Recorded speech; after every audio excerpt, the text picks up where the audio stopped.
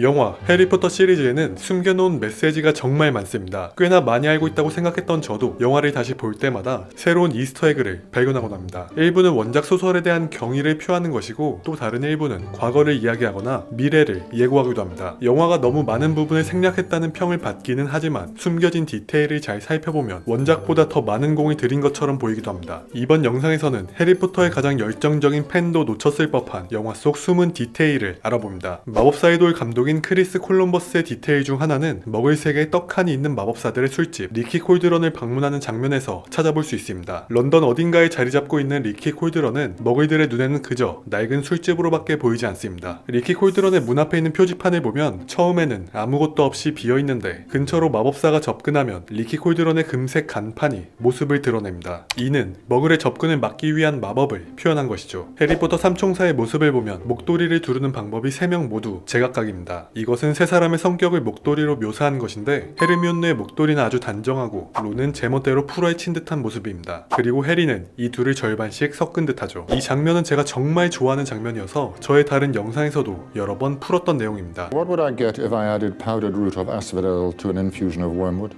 언뜻 보면 그저 해리를 괴롭히려는 스네이프의 모습으로밖에 보이지 않지만, 스네이프가 해리에게 건넨 저 질문에는 영화의 전체를 관통하는 엄청난 스포일러가 담겨 있습니다. 이 질문과 빅토리아 시대의 꽃말에 관한 내용을 조합해서 살펴보면 꽤나 충격적입니다. 릴리는 해리의 어머니 릴리 포터를 의미합니다. 그리고 쑥은 상실과 부재를 뜻하죠. 스네이프의 이 질문은 릴리의 죽음으로 인한 부재가 자신에게 얼마나 큰 상실과 고통을 주었는지를 그녀의 자식 해리에게 간접적으로 표현한 것입니다. 스네이프가 볼드모트에게 살해당하는 장면, 그의 옆에는 그리핀도르를 상징하는 목도리가 걸려 있습니다. 이 목도리는 스네이프의 행동이 그리핀도르의 창립 이념인 용감함과 대담함에 걸맞다는 것을 알려주며, 덤블도어가 말했던 우리가 학생들을 너무 일찍 분류한 것 같은 생각이 든다와 연관되어 있습니다. 어쩌면 스네이프는 슬리데린이 아닌 그리핀도르에 더 어울리는 사람이었을지도 모릅니다. 볼드모트의 옷은 자신의 내면을 상징하는 듯한 칠흑 같은 검은색입니다. 하지만 호크룩스가 파괴될 때마다 이 검은색이 조금씩 흐려지는데, 호크룩스가 거의 다 파괴된 장면에서는 검은색보다 회색에 더 가까운 모습을 보여줍니다.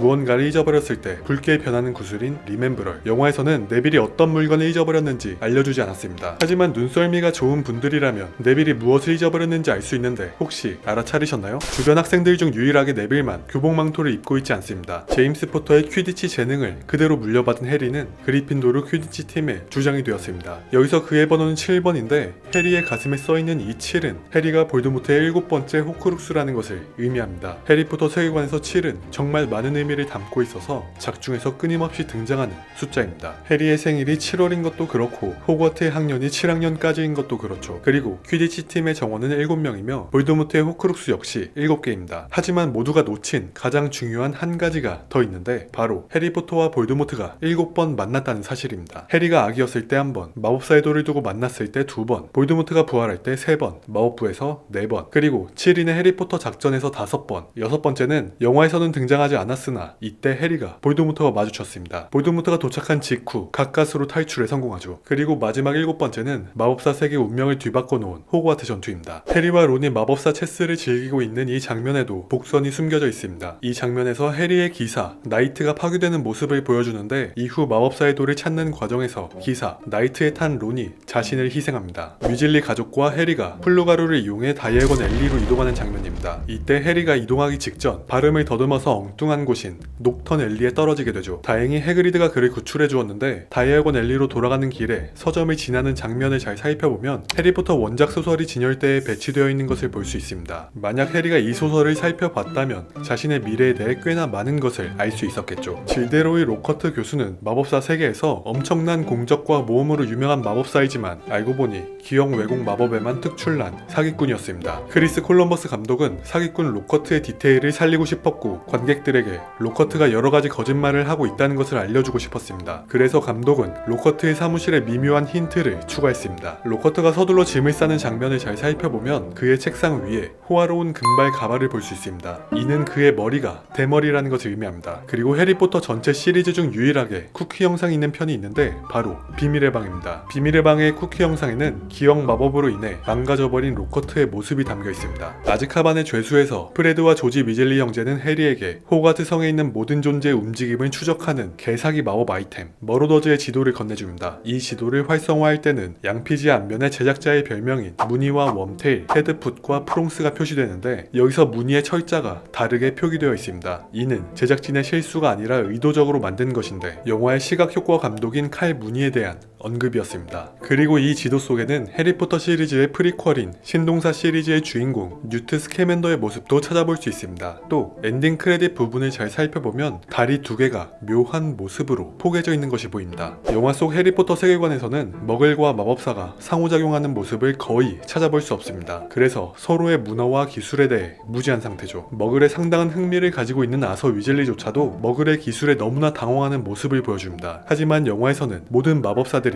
머글에 대해 무지한 게 아니라는 것을 알려주는 장면이 있는데 그 장면이 바로 이 장면입니다. 스티븐 호킹의 대중과학서 시간의 역사입니다. 아즈카반의 죄수의 가장 큰 줄거리 중 하나는 타임터널을 이용해 시간여행을 할 수 있는 헤르미온느의 능력과 관련되어 있습니다. 이 능력이 공개되기 전 그녀는 영화 전체 장면에서 무작위로 등장하는데 이에 론이 완전히 혼란스러워하는 모습을 보여줍니다. 너무 자연스러운 모습이지만 사실 이 장면에서도 묘한 암시가 있습니다. 바로 작중 인물 중 유일하게 론 위즐리만 헤르미온느가 주변에 있지 않았다는 것을 알아차렸다는 것입니다. Where did you come from? Me?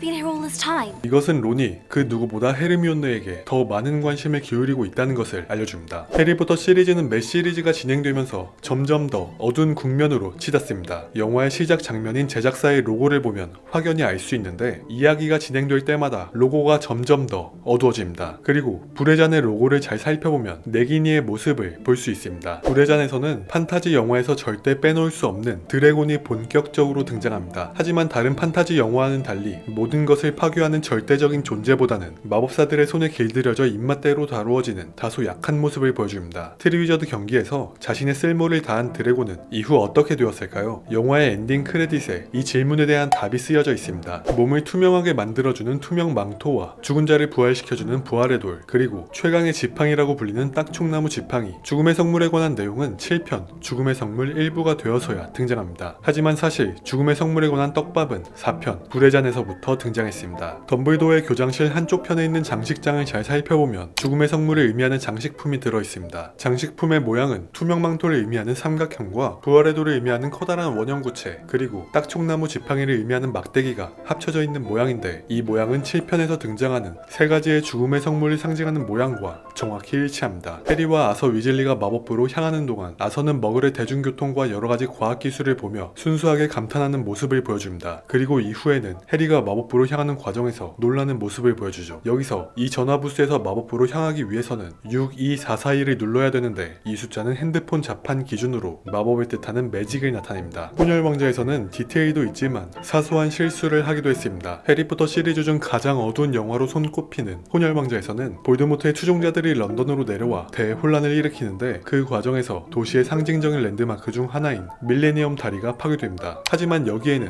한 가지 문제가 있습니다. 혼혈왕자의 배경은 1996년입니다. 하지만 밀레니엄 다리는 정확히 2000년에 완공되었죠. 비밀의 방에서 덤블도어의 사무실로 들어가기 위한 암호로 레몬 사탕이 언급되는데 Sherbet lemon.